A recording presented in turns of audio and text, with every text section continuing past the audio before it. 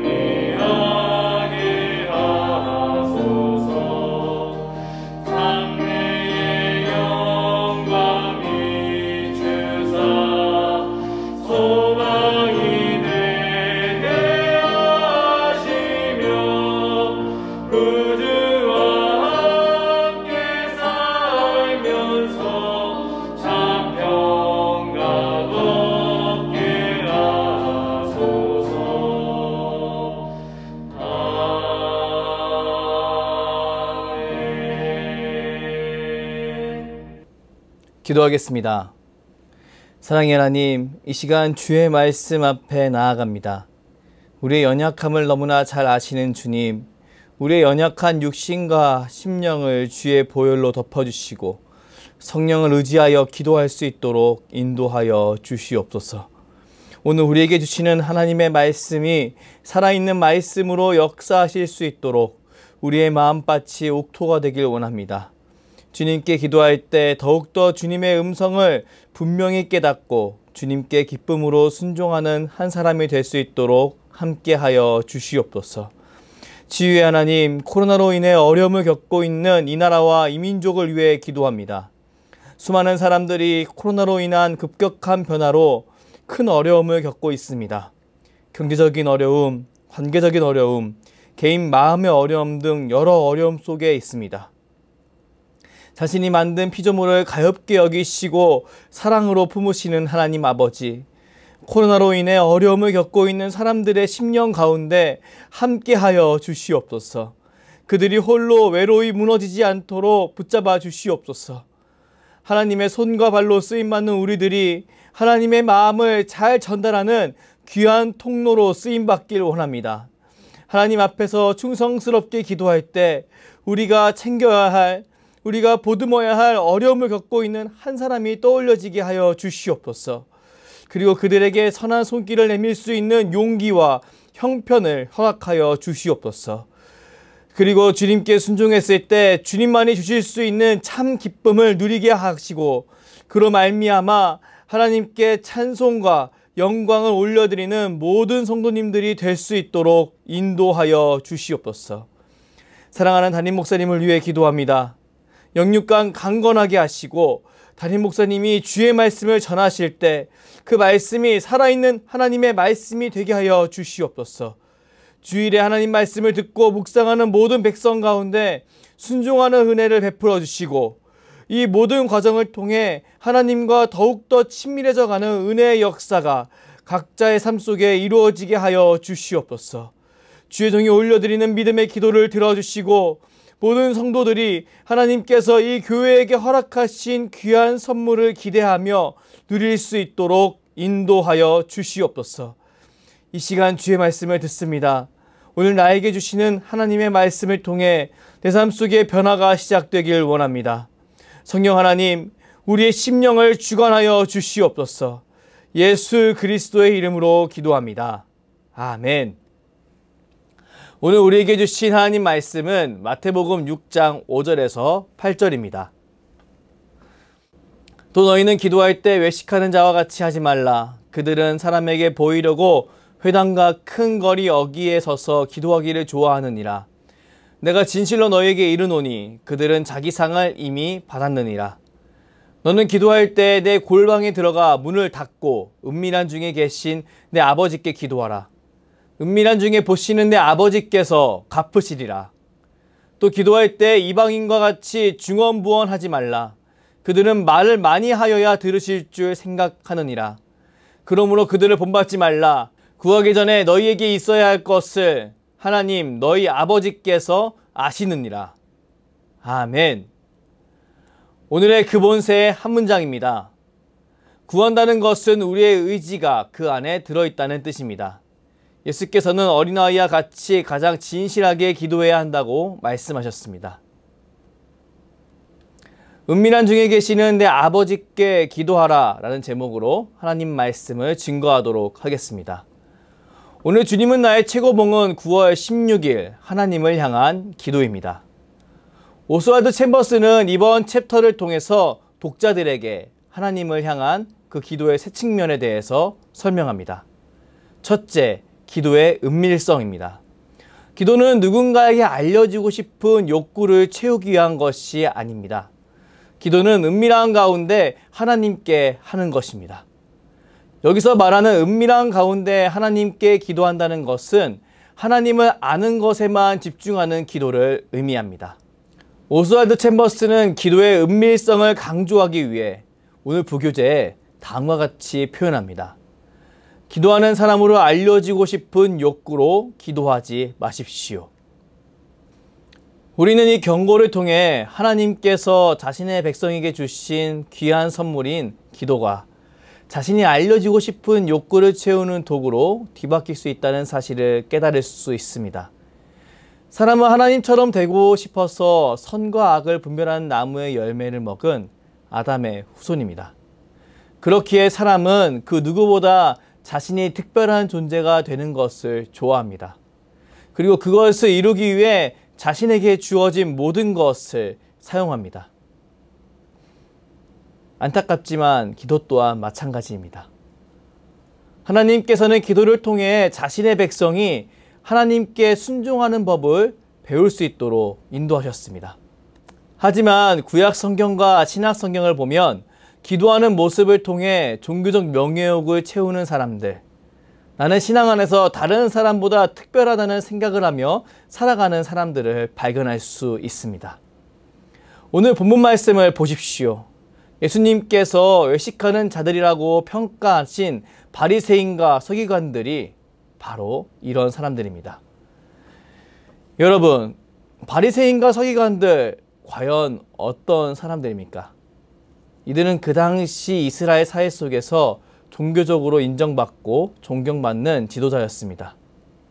하지만 그들의 실태는 너무나 참혹했는데요. 왜냐하면 그들은 하나님께 무릎 꿇는 삶을 사는 것이 아니라 자신의 현 상태를 유지하기 위해 겉모양만 번지르하게 하고 있던 사람들이기 때문입니다. 하나님의 뜻을 세상 가운데 드러내는 예수님을 핍박하던 그들의 모습을 떠올려 보십시오. 그들은 예수님이 아무리 하나님의 뜻을 증거하더라도 자신의 위치를 위협한다는 생각에 예수님을 죽이기로 결정했습니다. 그리고 예수님을 그 고난의 장소로 이끌어가 버렸습니다. 그들은 하나님께서 몇 번이고 회개할 기회를 주셨음에도 불구하고 그들의 모습을 회개하지 않았습니다. 오히려 그들은 너무나 이것이 당연하다고 생각했습니다. 그리고 이 태도를 끝까지 유지했습니다. 예수님은 오늘 본문 말씀을 통해 이런 그들을 외식하는 자로 정의하셨습니다. 그리고 그런 그들은 이미 그들에게 주어진 상을 받은 사람들이라고 말씀하셨습니다. 왜 예수님께서는 그렇게 말씀하셨을까요?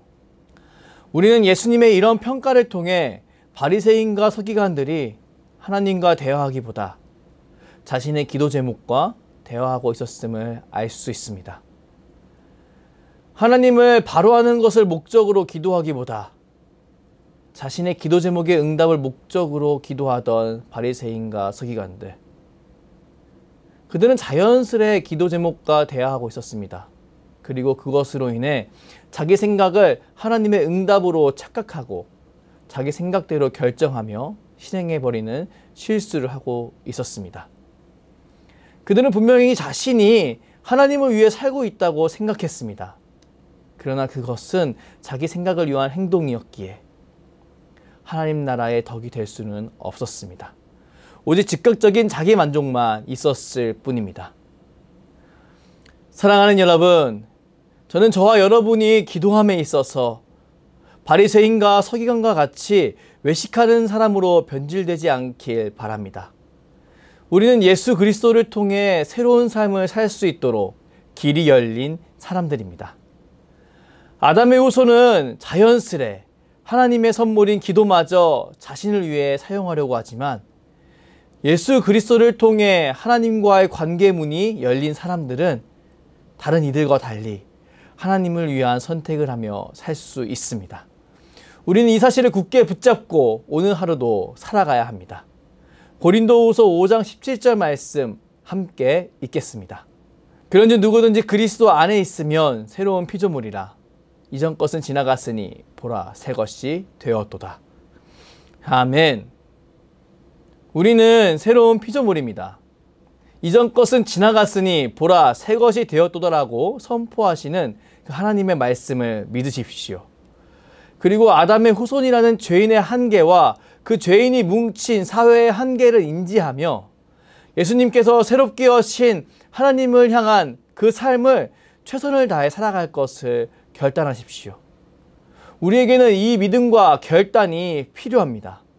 왜냐하면 이 믿음과 결단이 있어야만 오늘 우리가 오스왈드 챔버스를 통해 볼 수 있는 기도의 세 가지 측면 중 첫 번째 측면인 은밀성의 필요를 충분히 깨달을 수 있기 때문입니다.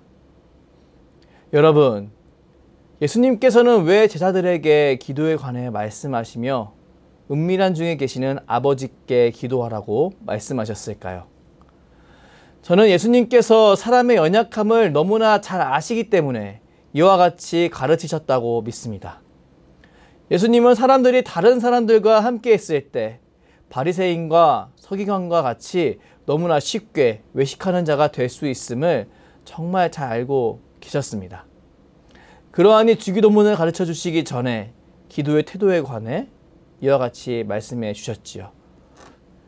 히브리서 기자는 이런 예수님의 마음을 다음과 같은 문장으로 잘 표현했습니다.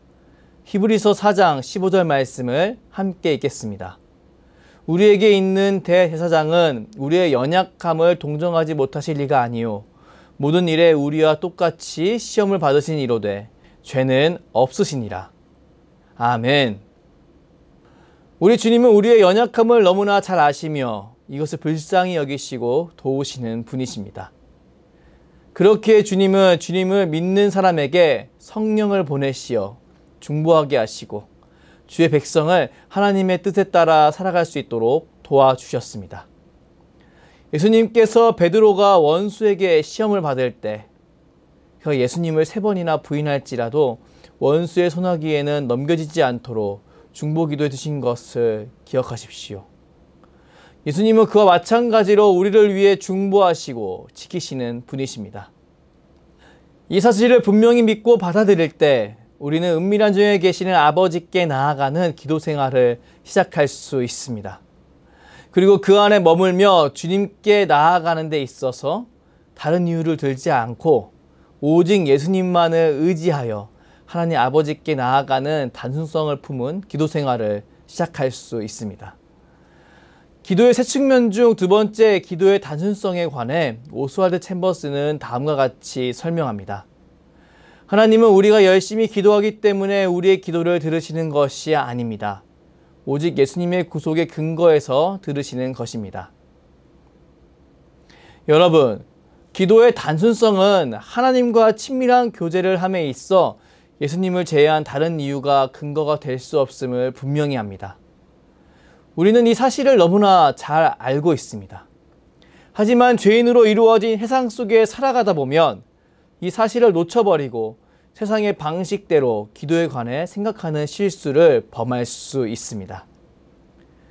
여러분, 다다익선이라는 말을 잘 아시지요? 많으면 많을수록 좋다는 뜻의 이 말은 어떤 문제를 해결하기 위해, 어떤 목표를 성취하기 위해 그것을 위한 해결책 또는 자원이 많으면 많을수록 좋다는 세상의 상식에 기초하는 말입니다. 참 유명한 말이고 너무나 당연하다고 생각하는 말인데요. 단 이 말을 신앙생활에 잘못 적용하면 과정을 중요하게 여기는 신앙생활보다 목표점을 위해 어떤 방법도 다 사용하는 그릇된 신앙생활을 할 수 있는 위험에 빠질 수 있습니다. 특히 기도생활에 이 원리를 잘못 적용하면 성도를 잘못된 방향으로 변질시켜 버릴 수 있는데요. 예수님은 이런 변질을 막기 위해 기도할 때 중언부언하지 말라고 말씀하셨습니다. 여기서 중언부언은 단순히 기도를 길게 하는 것을 의미하지 않습니다. 여기서 중언부언은 자기의 행위를 의지해서 하나님을 기쁘시게 하려는 마음의 동기를 가지고 기도하는 것을 의미합니다. 기독교 신앙은 전적으로 높은 곳에 계신 하나님께 사람의 행위로는 절대 도달할 수 없음을 믿습니다. 그리고 그런 사람을 위해 하나님이 직접 사람의 몸을 입고 이 땅에 오셔서 피 흘려 구원의 길을 여섰음을 믿습니다. 우린 이런 기독교 신앙을 가지고 주님을 따르는 그리스도인들입니다. 사랑하는 여러분, 주님께서 세리가 자신의 죄인됨을 알고 하나님으로부터 구원받을 자격도 없는 사람이라고 고백할 때 그의 기도를 의롭다고 말씀해 주신 예수님을 기억하십시오. 우리 예수님은 자신의 죄인됨을 고백하고 예수님을 통해 하나님의 은혜만을 구하는 한 사람을 의롭다고 말씀해 주시는 분이십니다. 자신의 행위를 의지하는 것이 아니라 단순히 오직 예수님의 보혈만 의지하며 기도하는 사람을 귀하다고 의롭다고 말씀해 주시는 분이십니다. 우리는 이 사실을 분명히 기억해야 합니다. 그리고 내 안에 울려 퍼지는 원수의 유혹을 당당하게 무찌르고 그 어떤 것도 끊을 수 없는 예수 그리스도를 붙잡고 기도해야 합니다. 그렇게 행할 때 우리는 오스왈드 챔버스의 말처럼 우리의 상식을 넘어서는 곳까지 강권하셔서 우리의 기도의 내용을 그리고 우리의 기도의 자세를 변화시키시는 하나님의 은혜를 경험할 수 있습니다. 그리고 이 과정을 통해 오스왈드 챔버스가 말하는 기도의 세 측면 중 마지막 측면, 기도의 확실성으로 나아갈 수 있습니다. 사랑하는 여러분, 주일날 회개기도하면 죄를 다 용서받잖아 라고 말하며 방탕한 삶을 합리화하는 마음으로 그 마음으로 기도하는 잘못을 범하지 않길 바랍니다. 이런 기도는 단지 사죄의 기도일 뿐입니다. 그런 사죄의 기도는 그리스도의 보혈을 의지하는 마음이 아니고 자신의 죄를 사죄하는 행위를 의지하는 마음일 뿐입니다. 그렇게 이와 같은 기도는 삶을 변화시킬 수 없고 하나님께 더 가까이 나아가는 성도의 여정을 도울 수 없습니다. 오직 성도는 예수 그리스도의 보혈을 의지하여 하나님께 기도하는 단순하지만 확실한 기도 생활을 해야 합니다. 물론 이런 기도 생활은 내 모든 생각과 삶의 관점을 성경에 맞추어 살겠다는 의지가 필요합니다. 오스왈드 챔버스는 세 번째 문단을 통해 이런 의지가 없는 사람들에 관해 다음과 같이 표현합니다. 우리는 의지를 사용하지 않은 채 종교적인 상투어로 기도합니다. 그런 후에 하나님이 기도에 응답하지 않으신다고 불평합니다. 그러나 사실은 우리는 아무것도 구하지 않았습니다. 사랑하는 여러분, 저는 저와 여러분이 오늘 새벽 주 예수 그리스도의 보혈을 의지하여 구하는 이마다 받을 것이라는 예수님의 약속을 신뢰하는 그런 한 사람이 되길 소망합니다. 그리고 무엇이든지 원하는 대로 구하라라고 말씀하시는 그 예수님을 기억하며 내 감정, 내 경험을 뛰어넘어 주의 말씀이 내 발의 등이다 라는 믿음을 가지고 주님께 기도할 수 있는 한 사람이 되길 주님의 이름으로 축복합니다. 이렇게 의지를 담아 주 예수 안에서 기도할 때 우리 가운데 기도의 확실성이 임하리라 믿습니다. 아무 자랑할 것도 없는 인생을 의지하지 않고 십자가에서 죽으시고 부활하신 예수님을 믿고 의지하는 사람에게 삶의 변화를 소망하는 회개의 기도가 울려 퍼지리라 믿습니다. 그리고 그 기도를 통해 내 삶이 변화되게 될 줄 믿습니다. 그리고 이 변화를 통해 사랑하는 이웃들이 하나님께 영광 돌려드리고 하나님께 돌아오는 그날이 우리에게 찾아오게 될 줄 믿습니다.